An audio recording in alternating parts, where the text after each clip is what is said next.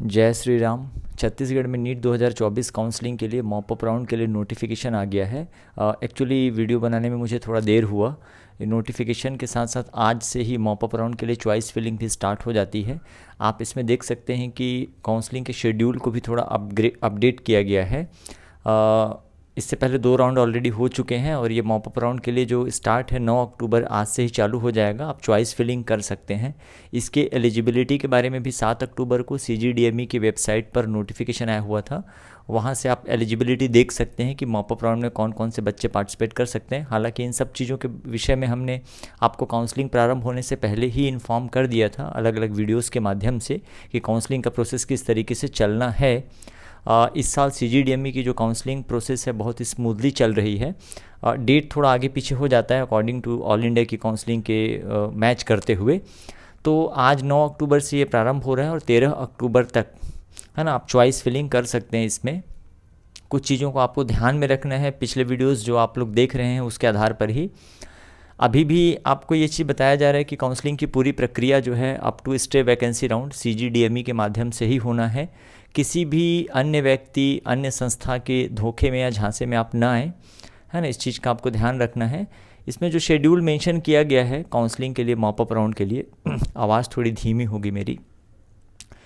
तो पहली बात तो कोई फ्रेश रजिस्ट्रेशन आपको इसमें नहीं करा सकते आप, है ना, कोई फ्रेश रजिस्ट्रेशन नहीं होगा। 9 तारीख से लेके 13 अक्टूबर तक 5 दिन तक आपको चॉइस फिलिंग का टाइम मिल रहा है ना। अलग से इसकी मेरिट लिस्ट नहीं आएगी। इसका मतलब पिछले जो मेरिट लिस्ट फर्स्ट टाइम आया हुआ था उसके आधार पर ही होगा। रिज़ल्ट प्रोसेसिंग 2 दिन में करेंगे ये, और 15 तारीख को, है ना, लगभग, है ना, रिज़ल्ट पब्लिकेशन हो जाएगा। 16 अक्टूबर से लेके 21 अक्टूबर तक 6 दिन का समय मिलेगा आपको स्क्रूटनी का, और एट द सेम टाइम आप एडमिशन का प्रोसेस भी कंप्लीट करा सकते हैं। 16 अक्टूबर से लेके 21 अक्टूबर तक आप एडमिशन प्रोसेस करा सकते हैं।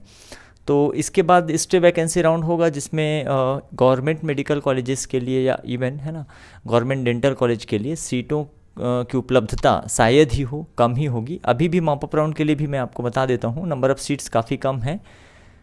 तो अगर आप मॉप अप राउंड के लिए सीट मैट्रिक्स देखते हैं तो इसमें ज़्यादातर जो सीटें हैं प्राइवेट मेडिकल कॉलेज या प्राइवेट डेंटल कॉलेज की ही वैकेंट हैं। गवर्नमेंट में काफ़ी कम सीटें बची हुई हैं, वो भी क्लास की सीटें हैं। और अगर इन सीटों पे कैंडिडेट नहीं मिलते हैं तभी इन सीटों को कन्वर्ट किया जाएगा, और इसमें भी पॉसिबल कि स्टे वैकेंसी राउंड में इसको कन्वर्ट करें और वो स्टे वैकेंसी राउंड के लिए अवेलेबल हो। और इसमें ज़्यादातर जो सीटें आप देख सकते हैं जो प्राइवेट मेडिकल कॉलेज हैं उनकी ही सीटें हैं। गवर्नमेंट के लिए बहुत ही रेयर नंबर ऑफ़ सीट्स हैं। इसमें टोटल दे दिया हुआ है, परंतु आप देखेंगे तो आपको क्लियर हो जाएगा, है ना, कि ज़्यादातर जो सीटें हैं वो प्राइवेट मेडिकल कॉलेज के लिए ही हैं। और इसके अलावा प्राइवेट डेंटल कॉलेजेस में भी काफ़ी सारी सीटें अभी भी, है ना, क्लियर वैकेंसी हैं, तो आपको काफ़ी सारी सीटें मिल जाएंगी। जो एलिजिबिलिटी की बात है, हालांकि अब तक काउंसलिंग के प्रोसेस में आप समझ ही चुके होंगे कि जो स्टूडेंट है ना, all registered candidate, fresh registration नहीं होगा मॉप अप राउंड के लिए, who fulfil any of the following criteria are eligible for the participation in mop up round, है ना। Not allotted any seat in any previous round, इससे पहले आपको किसी भी राउंड में कोई भी सीट अलॉट नहीं हुई है तो भी आप मॉप अप राउंड में पार्टिसिपेट कर सकते हैं। Allotted private medical college in the first और second round but not admitted in our scrutiny fit. First round या सेकेंड राउंड में आपको प्राइवेट मेडिकल कॉलेज अलॉट तो हुआ था, आपने स्क्रूटनी करा लिया है और आप स्क्रूटनी में फिट हैं, तभी आप मॉप अप राउंड के लिए एलिजिबल हैं।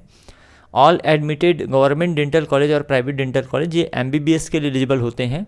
गवर्नमेंट डेंटल कॉलेज अगर आपको मिला हुआ है तो मॉप अप राउंड में आपको अगेन उपलब्ध नहीं रहेगा, या कोई भी एक मेडिकल कॉलेज या डेंटल कॉलेज आपको किसी भी राउंड में मिल जाता है तो अगले किसी भी राउंड में वो मेडिकल या डेंटल कॉलेज आपको अवेलेबल नहीं रहता है ना। और इसमें एक eligibility for government dental college and private dental college अलग से भी दिया हुआ है।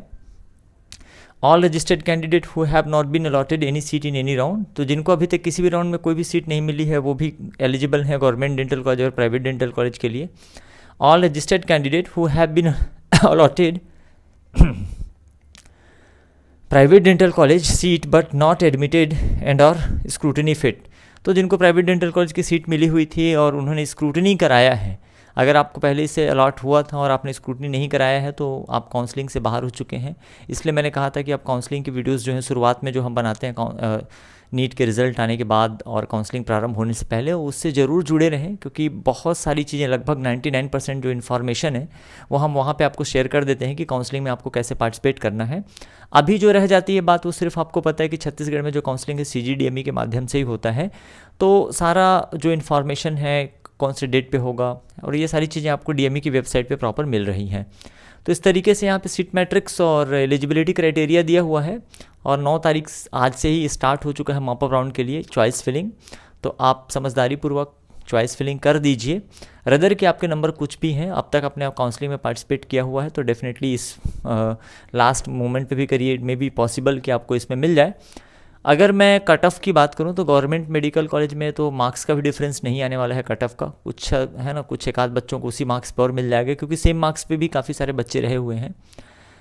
इस वीडियो में इतना ही इन्फॉर्मेशन। अगले वीडियो में कोशिश करूंगा मैं जल्द आपके सामने कुछ अच्छे इन्फॉर्मेशन लाने के लिए। जय श्री राम।